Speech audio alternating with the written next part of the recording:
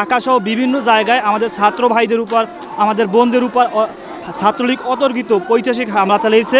এর বিরুদ্ধে আমরা আজকে আন্দোলন ও বিক্ষোভ সমাবেশ করতেছি যে ছাত্রলীগ এবং যত সন্ত্রাসী সংগঠন আছে তাদের বিরুদ্ধে আমাদের আজকের এই সংগ্রাম এবং আমাদের যে এক দফা এক দাবি যে কোটা বৈষম্যের নিরসন চাই, এই দাবিতে আমরা আজকে আন্দোলন করতেছি। আমরা মোটেও মুক্তিযুদ্ধের বিপক্ষে এই কথাটা বলতেছি না। মুক্তিযোদ্ধাদের আমরা যথেষ্ট সম্মান করি, মুক্তিযোদ্ধাদের প্রতি সম্মান রেখেই আমরা ইভেন মুক্তিযোদ্ধাদের সাপোর্টও পাচ্ছি।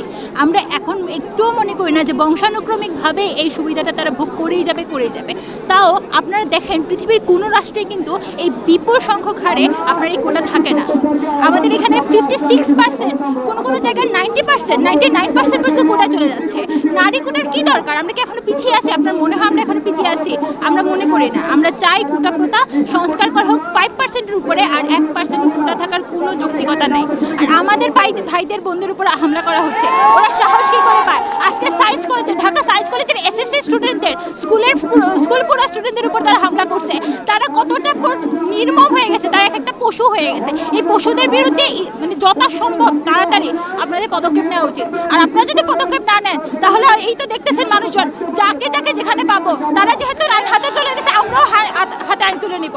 তারা এই কথাটা যাতে মনে রাখে। সাধারণ ছাত্রছাত্রীরা যখন তাদের অধিকার আদায়ের জন্য রাজপথে নেমেছিল তখন ছাত্রলীগের বাহিনীরা বর্বরচিত হামলা করেছে, যার পরিপ্রেক্ষিতে আজকে আমাদের এই অবস্থান কর্মসূচি। আজকে আমরা আসলে কোটা নিয়ে যে আন্দোলন চলতেছে দীর্ঘদিন, আমরা চাই কোটা অতিবিলম্বই যেন বিলুপ্ত হয় এবং সাধারণ ছাত্রদের ন্যায্য অধিকার যেন খুব তাড়াতাড়ি পায়, সেই আশা আমরা প্রত্যাশা ব্যক্ত করি।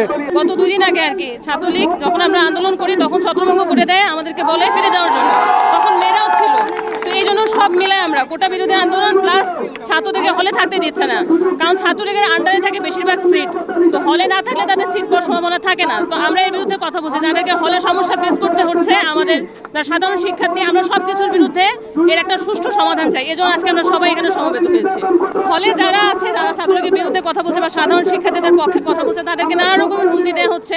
এমনকি এটাও বলা হচ্ছে যে হলগুলোতে বিভিন্ন স্থানে অস্ত্র পর্যন্ত তৈরি করা হচ্ছে যে আমাদের সাধারণ শিক্ষার্থীদেরকে যেন মারতে পারে। তো এসবের বিরুদ্ধে আমাদের অবস্থান, কারণ আমরা সাধারণ শিক্ষার্থী, আমরা একটা প্রতিবাদ করছি, সেটা অন্যায়ের বিরুদ্ধে। কোটা রাখা হয়েছে, আমরা তো এমন কোনো বলছি না যে কোটা বিলুপ্তি হোক, আমরা কোটা সংস্কার চাচ্ছি, এটা কম পরিমাণে নিয়ে আসা হোক এটা চাচ্ছি। আমরা নিজেদেরকে রাজাকার বলেছি, এটা আসলে আমরা কেন বলেছি? এটা একটা আইরনি বা মেটাফোর। এখন এই জিনিসটা যদি কেউ বুঝেও না বোঝার ভান করে তাহলে তো আমাদের কিছু করার নেই। আমরা এটা কষ্টে বলতেছি যে আমাদেরকে যে রাজাকার বলছে, আমরা রাজাকার নই, এটার বিরুদ্ধেই কথাটা হচ্ছে। কিন্তু তারা যেভাবে এটা পাবলিশ করতেছে যেন আমরা নিজেকে বলছি, তো বুঝেও না বোঝার ভান করে এটা তো কোনো কিছু হতে পারে না। আমাদের উপর যদি কোনো রকম কোনো হামলা করা না হয় আমরা কোনো কিছু করবো না, কিন্তু কেউ যদি আমাদের গায়ে হাত তুলে আমরা কি বসে থাকবো? ঢাকা বিশ্ববিদ্যালয়ে কি হলো, জাহাঙ্গীরনগর বিশ্ববিদ্যালয়ে কি হচ্ছে? তো কেউ আমাদের উপর আঘাত করবে আর আমরা বসে থাকবো? আজকে সবার হাতে হাতে লাঠি কেন আনা হয়েছে? কারণ হচ্ছে তারা যদি আমাদেরকে আঘাত করে তাহলে আমরা আঘাত করবো, আমরা তো আগে করছি না। এজন্য আর কি আমরা সবাই আঘাত করার জন্য রেডি আছি যদি তারা করে, তা না হলে আমরা আছি সুষ্ঠুভাবে।